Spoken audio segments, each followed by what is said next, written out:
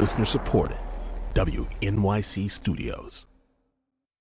Hey, it's Latif from Radiolab. Our goal with each episode is to make you think, how did I live this long and not know that? Radiolab, adventures on the edge of what we think we know. Listen wherever you get podcasts. Just below the surface, the ocean is bursting with sound. Wow, there's this whole thing going on underwater. These fish are mating and they're humming and I would never know. You would never know. It's Thursday, June 13th, and you're listening to Science Friday. I'm sci-fi producer Shoshana Bucksbaum. I've always thought about the ocean as a quiet and serene place. Take a dip underwater and the sounds above you just melt away. But in reality, the ocean is quite a noisy place. Think whale songs or echolocation, which whales and dolphins use to communicate. Cephalopods can make and hear sounds too, even without ears. And then there's the human-made noise, like the giant shipping containers that crisscross the globe. Here's Ira with more. Joining me is Amarina Kingdon, science journalist and author of the book Sing Like Fish, How Sound Rules Life Underwater. She's in Victoria, British Columbia. Welcome to Science Friday. Thank you so much. I'm so eager to talk about this because as somebody who considers himself close enough to a fish, I love the water. I'm a scuba diver, and I want to know what inspired you to write this book. Well, I, like most humans, kind of thought that the ocean and the underwater was a silent world. And, you know, when I was a kid, I remember swimming and putting my head underwater and kind of thinking that sound didn't really work there. And then I was working on a story for Hackeye magazine here in Victoria, and it was about the relationship between cleaner wrasse and their client fish. And so cleaner wrasse are these little tiny fish that live on various reefs, and they set up these stations where they clean larger fish and they bite parasites off of them. And in exchange, the larger fish doesn't eat them. It's kind of a symbiotic relationship. And this study found that when there was motorboat noise around, that whole relationship dynamic kind of changed. Like the cleaner wrasse would try to take more bites or they'd cheat more often, and the rate at which the bigger fish caught them would change. And I just kind of had this moment where I realized that, you know, sound and noise, it doesn't just affect obvious things like hurting your ears or something like that. It can change the minutiae of like the behavior of animals. And then I started to think, okay, now I start to see how sound can impact all these different like facets of life underwater. So then I started really digging in. So where did this idea of the ocean being a quiet place come from? Is it just that humans are not good at hearing sounds underwater? I mean, if you put your head underwater in the ocean, you really don't hear much. Yeah, I mean, I think that's a part of it. Even if you stick your head underwater in the bathtub to rinse shampoo when you're a kid, like most people have some moment where they just kind of think, oh, there's nothing here. There's nothing to sense. And actually for like decades of scientific exploration until fairly recently, people even specifically studying sound underwater would just put their head underwater. And if they didn't hear much, then they would just assume that there wasn't much to hear. But actually, a lot of the scientists I spoke to recently have said that, you know, the trope of the silent world kind of came about when Jacques Cousteau in the 1950s did his very famous film about all the animals in the ocean and coral, and it was called The Silent World. And so I think that image just kind of stuck. Yeah. So how does sound move differently underwater versus on land? I know there's a different density, water and air, right? To make a long story short, sound is a pressure wave and it can move through anything that compresses even a little bit. And like you said, water is a lot denser than air. And sound actually moves pretty easily through water, like almost more easily than air. And it moves 4.5 times faster. So in air, it's about 330 meters per second. In water, it's about 1,500 meters per second. Wow. And the other thing that happens underwater is that sound loses energy less quickly. So it travels a lot farther, a lot faster. And when it gets there, it's, for lack of a better word, kind of decayed or distorted maybe a little bit less than it would in air. Mm-hmm. You write about the plain fin midshipman, a very strange looking fish with a strange way of producing a very loud sound. So let's play for our audience what that fish sounds like. I thought that was a ship horn or a foghorn. I've heard a ship horn. Yes, it's almost mechanical sounding, isn't it? Yeah, it is, but it's not. It's extremely fast muscles, and that's the male. And he's got these really bulked up, massive muscles right alongside his swim bladder, which is sort of an air-filled bladder in his body that normally a fish uses to control its buoyancy. And he's vibrating that muscle like really hard against that swim bladder and just making that hum. And he's actually doing that like almost on shore. So plainfin midshipmen will, in the spring, they'll come up, the males will come up right at the tide line. Sometimes when the tide's low, they'll actually go out of the water and they'll go under a rock and they'll sit in a little pool and they will make this hum. They will make this really loud, very droning, perhaps not immediately interesting sounding to us. And what it does is it travels out into the water and it reaches female midshipmen who are kind of out in the more open water, and they hear that sound. And in the spring, their ears actually become more sensitive to the frequencies in that hum. And so they hear this sound and they go and they find the male with the loudest hum, the biggest muscles, presumably the best ability to guard the eggs, and they go and try to find him. And you went along with some researchers studying them, right? What was that like? Well, I found that the plainfin midshipman, when you meet it face to face, is a very funny looking fish. It's very slimy. It doesn't have scales. Its skin is very smooth and it has this really big triangular head. And they do not look particularly impressive, especially not during the daytime or in the morning. But and I actually went to quite a few different places around southern Vancouver Island, trying to listen to them, trying to find them. I had a little dip hydrophone that I bought when I started working on this project, and everywhere I went, whenever I was on the coast, I'd just put it in the water and see what I could hear. Cool. I was trying to find this fish for years, and I couldn't quite find it where they were going. And then it was actually just last year. It was a spring night. I had actually got a broom handle to help fish the cord of the hydrophone off the dock, and I managed to get it into the water.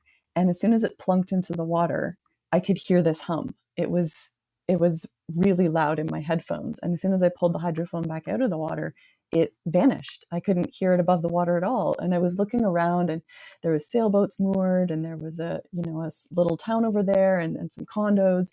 And I was just thinking, wow, there's this whole thing going on underwater. These fish are mating, and they're finding each other, and they're humming. And I would never know. You would never know if we hadn't gone out with a broom handle and dipped this hydrophone in the water. Let's talk a bit about something really fascinating too, and that's how invertebrates perceive sound underwater, yet they don't have ears. Yes, and this was one of the most mind-blowing things that I learned. And there's a structure that evolved really early in the history of animals. It actually evolved underwater back before animals even had bones.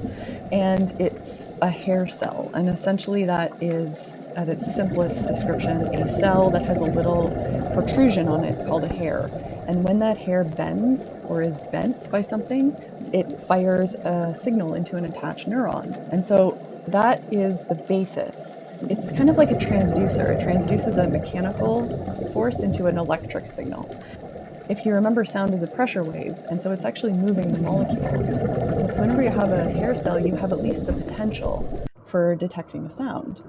And so in animals like squid or a lot of other invertebrates that evolved pretty early, they don't have ears, an ear being a structure that's specifically designed to hear sound. But what they do have are balance organs, for example, which are called in some animals a statocyst. And to take for an example, a statocyst, it's basically a chamber lined with hair cells, and there's a little stone or a thing of sand in the middle. And as the animal kind of moves through the water, pitches, yaws, turns right, left, up, down, the mass and the inertia of the mass will move against the hair cells, and it'll tell the animal what direction it's oriented. And that structure seems to be able to also perceive low, loud sounds, and it seems to be the case, at least with squid or other shellfish. And these hair cells are not just in statocysts. They can be in organs in shellfish called abdominal sense organs. They can be in crustacean antennae. Tons of different structures that aren't purpose-built for hearing sound or detecting sound, but they can still tap into that stimulus wherever it's in the water. Wow.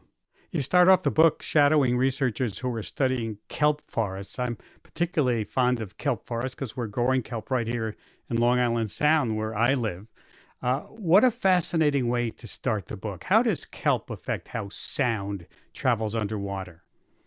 Well, that's actually exactly what they were trying to research. And the thing that I thought was fascinating about that study, obviously we have a lot of kelp here too on the West Coast, all up and down, is that those scientists, by their own admission, they're not sound scientists. They're not acousticians. They're not physicists. They're community ecologists and biologists who are studying the kelp ecosystem as a whole. And they're looking at how it may change in the future because kelp doesn't really like warm water. So if there's warming from climate change, it's going to diminish. You know, there's tons of baby animals that live in kelp. Kelp's a nursery. It's a refuge. It's food. It's a really critical ecosystem in the ocean. And so what I thought was fascinating was that people who don't study sound are now including sound as just a basic parameter of marine ecosystems that should be studied, because we're starting to realize more so than ever before just how central sound is underwater. Right. Like when I dove into that kelp forest, we saw urchins and we saw fish and we saw invertebrates and we saw nudibranchs, and all of these animals could detect the sound of my swimming, even though none of them had necessarily what we would recognize as like an ear or a human ear. Aside from the sea life that lives there, the ocean makes its own sounds, right? Oh yes. The ocean is not a quiet place at all. It's very, even before animals, the wind and waves make sounds. There's bubbles that form at wave crests and they pop, they oscillate and make a sound, and then ice makes a sound. So in the Arctic regions, you have cracking and booming and melting and ice quakes. And then icebergs can drag along the seafloor and they make sounds as they melt.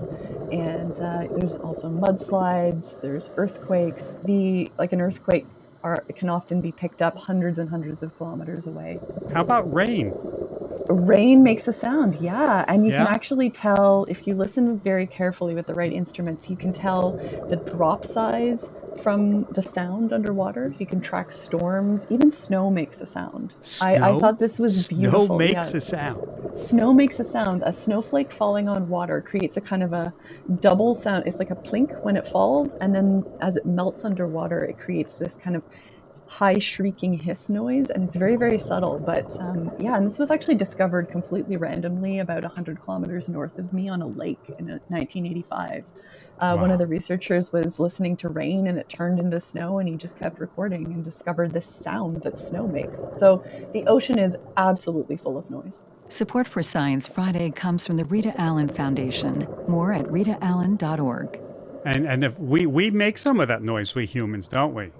Yes, we do. Loud noises. Yes, we do. Some loud, some soft, but yes, a lot of it. And are the animals aware of this? Oh, yes. Now, it does depend on the animal's hearing range, the frequencies that they hear at, but humans make noise, all different kinds of noise. Broadly speaking, you could classify it into sort of two camps. There's sort of very loud, very impulsive noises that tend to come from things like pile driving or close up to air guns or things like that. And then you get kind of this more chronic droning noise that comes from ships and shipping lanes. And that second one has pervaded pretty much the entire ocean. You can hear ships at the bottom of the Mariana Trench. You can hear ships basically everywhere in the ocean. The amount of shipping in the world has really risen recently. I believe that the energy from shipping noise in the ocean actually doubled each decade from about the 1960s to about the 2010s. And that's doubling each decade. How can scientists then study how these loud human-made noises are affecting marine life? Well, we've done a lot of the first initial studies were on marine mammals because a lot of that was a little bit more obvious to study. So they have some tags that you can put on a whale that stick on with a suction cup, and they can follow a whale and study how it reacts to sound, how it responds, does it run away, does it make sounds differently? And so a lot of that has helped start the process of figuring out how we affect these animals. But there's also a lot of animals that we just haven't even thought to study. The fish and the birds that we thought about care about sound recently. It's really difficult to study how they respond to sound. Because sometimes the effects are not quite very obvious. So one of the sort of unfortunate things about our studies of impacts of things on animals is that we tend to say, oh, is the animal still alive? Is it visibly hurt? No, well then it's probably fine. But if you think about all the different ways that sound can work in these animals' lives, whether it's food, navigating, staying in touch with each other, if sound impacts those things, it's like with the cleaner wrasse or the larger fish. It's not an obvious impact, but it can really ripple down through how it lives its life and whether or not it has offspring, whether it's environment. So we're just starting to understand how invertebrates perceive sound and what matters to them, let alone how human noise affects them. So we need to know more about how they perceive sound before we start talking about how we reduce our own sound in the ocean. I mean, should we be making boats quieter, things like that? We definitely need to know more about how these animals perceive sound. And we're even discovering that on the seafloor, there may be animals that can tap into vibrations the same way that they tap into sound. I mean, we're just starting to really look at this kind of thing. There are actually some regulations that are starting to be discussed right now. The IMO is discussing underwater sound. The International Organization for Standardization, ISO, is actually starting to put research into how exactly you should measure a ship sound. And that's actually a weird question. You would think, oh, you just put a hydrophone in the water and measure how loud a ship is. But It turns out it's actually really complicated. So something that big, most of the sound comes from its propeller, and the sound moves and spreads through the water totally differently, whether the ship is high in the water, low in the water, if it's in deep water, if it's in shallow water. So even just measuring a ship noise, let alone how it affects anything else, turns out to be this really complex mathematical problem. And so we're just studying that now to try to figure out how we can fix that. But there's also efforts to engineer quieter ships. Naval architects are figuring out how they can make different propellers, different bow shapes that might reduce wash on the hull, all that kind of stuff. We could go on forever because I'm a water person like you are. So, well, we've run out of time. This is such a great book, Amarina. Thank you for taking time to be with us today. Thank you so much. Amarina Kingdon, science journalist and author of the book Sing Like Fish, How Sound Rules Life Underwater. She's based in Victoria, British Columbia. Of course, that's in Canada. If you want to read an excerpt of the book, go to sciencefriday.com/likefish. That's sciencefriday.com/likefish. That's it for today. Lots of folks helped make the show happen.